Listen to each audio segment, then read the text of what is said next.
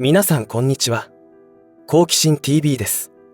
今回の動画は、ここ数年世界中で起きているおかしな出来事について私が感じていることをシェアしていこうと思います。特に感じているのはアメリカ覇権の崩壊、具体的にはドルが崩壊するという可能性についてです。これらの話題は専門家をはじめ多くの方が議論しており、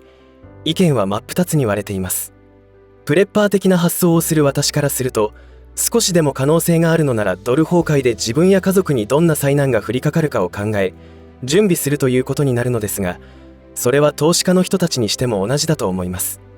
経済的指標などを根拠に難しい理論を展開できるわけではありませんが、ここ最近世界中で起きているおかしな出来事などを見ていると胸騒ぎがしてきます。ただ漠然と抽象的な話をしていてもいけませんので、歴史的事実からアメリカが世界の覇権国家になりドル支配が始まったという流れと、明らかにその潮流は変わってきており、その先にあるのは覇権国家の入れ替わりがあるのではないかという可能性について動画を作成してみました。この動画がご視聴の皆さんにとって身を守るためのお役に立てればと思います。ぜひ最後までご視聴ください。このチャンネルでは、自分や家族の身を守るためにできることや、日本人がこれ以上騙されることがないようにするための情報を発信しています。チャンネル登録がお済みでない方はぜひチャンネル登録をお願いします。さて、この動画を作ろうと思ったのは、世の中の多くの方が科学的根拠だとか、エビデンスをもとに検証や分析を行っていることが多いことに違和感を感じていたからです。もちろん科学的根拠やエビデンスを否定しているわけではなくて、人間が本来持っている感じる力や肌感覚も必要なのではないかと思っています。それを特に感じるのは、政府が発表する経済成長率や賃金上昇率と実際に生活して感じていることのギャップです。賃金が上がった、ボーナス支給額が上がったというのは、正直ほんの一部の大企業に勤めている人たちの指標であるように思えてなりません。厚生労働省から出ているデータを見ても非正規労働者は 36.9% もいます。非正規労働者として働いている方には、毎年昇給が実施されているのでしょうか。私が知る限りではありませんし、年収を300万円を超えることはありません。絶対ということはないでしょうが、人気ドラマで有名になった事件は会議室で起きてるんじゃない、現場で起きてるんだというセリフがありましたが、全く同じことを感じています。経済的弱者と言われている人たちが約 40% もいるということは、この層の人たちの生活が行き詰まったら社会全体に影響が出るということはあると思います。それらを考えたときに、東京の新築マンションの平均価格が1億円を超えたという情報を見ると浮世離れした話に感じますし、世界の不動産価格の暴落の情報をつかんでいると、もしかしたら高値掴みさせられた後に大暴落が来るのではないかなと感じます。これはあくまでも根拠のない感覚なのですが、似た話であまりに有名なウォール街の靴磨きの少年の話をご存知でしょうか。1929年10月24日木曜日に大恐慌の始まりとなる米国株の大暴落がありました。その少し前の出来事として、あの JFK 大統領の父親が当時株で儲けていたそうです。1928年のとある日、職場へ向かう途中で靴磨きの少年に靴を磨いてもらっていたところ、その少年に株を買った方がいいよと言われたそうです。それを聞いた JFK のお父さんは、こんな少年までが株の儲け話をするなら、この後に株を買う人はいないから株式は暴落すると感じて、すぐに全ての株式を売り払って難を逃れたというエピソードがあります。これらはまさに現場で起きている何かを感じたわけです。そうやって考えると NISA などもジュニア NISA というものがあり、誰もかしこも投資ムード一色、それも政府が温度とって推進しています。こういうところに危機感が募るのです。世界経済フォーラムでは、財産を所有する必要がないという世界の実現を宣言しており、その実現のためのグレートリセットも実施すると言っています。日本国民の滞留している金融資産2000兆円を溶かすためなのではないかという可能性すら感じています。根拠がないことを言うと陰謀論ということになるのでしょうが、皆さんはどのように感じますでしょうか。本題に入ります。今現在のアメリカ国民の生活状況はどうなっているかがすごく重要になってくると思います。このことについて前回の動画でお伝えした通り、あまりにひどい状況で、コメント欄でもあったようにまるでテレビゲームや映画の世界みたいな状況になっています。経済的にゆとりのある人は民主党の州から引っ越しているそうですが、引っ越しがままならない人たちはいつ犯罪に巻き込まれるか不安な毎日を送っています。自由と平等の象徴であったかつてのアメリカはもうありません。アメリカの発展がなぜ実現したのかというと、第二次世界大戦後にドルが世界の基軸通貨になったからです。そして今その後支えていたペトロダラーシステムが崩壊しようとしています。ペトロダラーのペトロとは石油を意味するペトロリアムとドルを意味するダラーを合わせた造語です。つまり当時のエネルギーといえば 100% 石油であり、アメリカは石油の取引をドルで行うという契約をサウジアラビアと行い、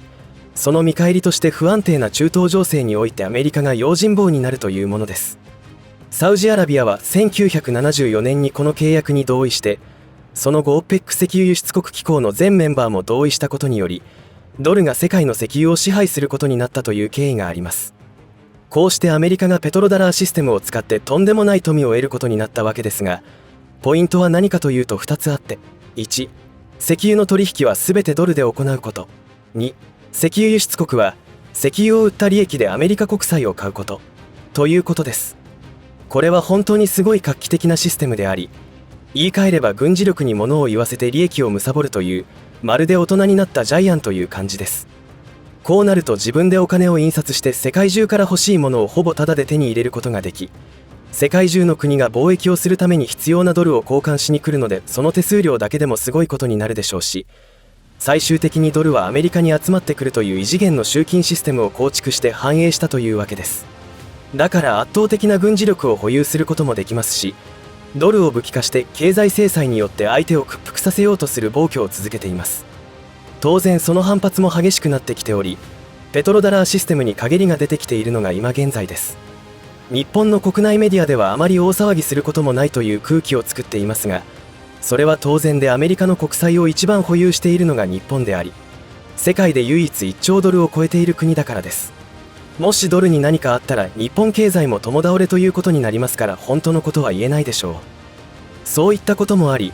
アメリカのドル覇権が崩れるということに関しては多くの専門家が否定しているのだと思います。しかし本当にドル覇権は大丈夫なのでしょうか。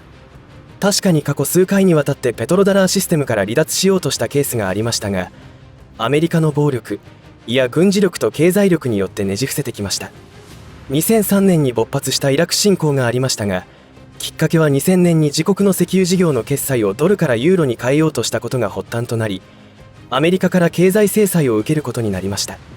当時のアダム・フセイン政権下で大量殺人兵器を所持しているという嫌疑をかけられ侵攻が始まり、結局は見つからないまま最終的に2006年に処刑されてしまいました。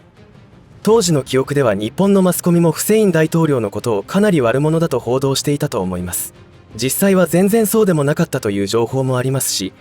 情報の深掘りはしていませんが、結局は大量殺人兵器の存在は確認できなかったということで、全くひどい話だと思います。まだあります。2014年リビアにて自国通貨ディナールを発表するも、やはりアメリカによって阻止された形となっています。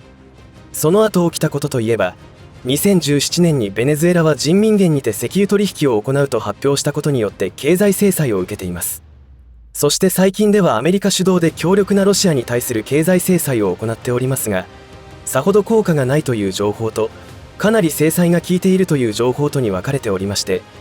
ちなみに日本のメディアは制裁が効いているという情報が主流だと思います。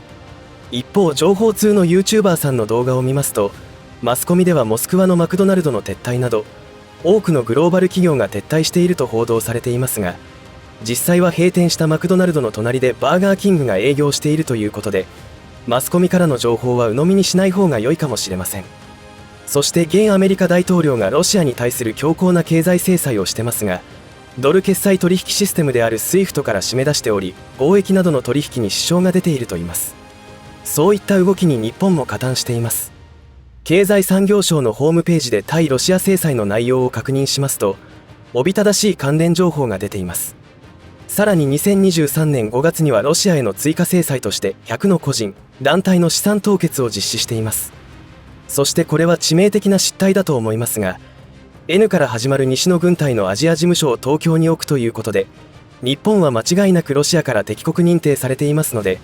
今後何が起きるか分かりません。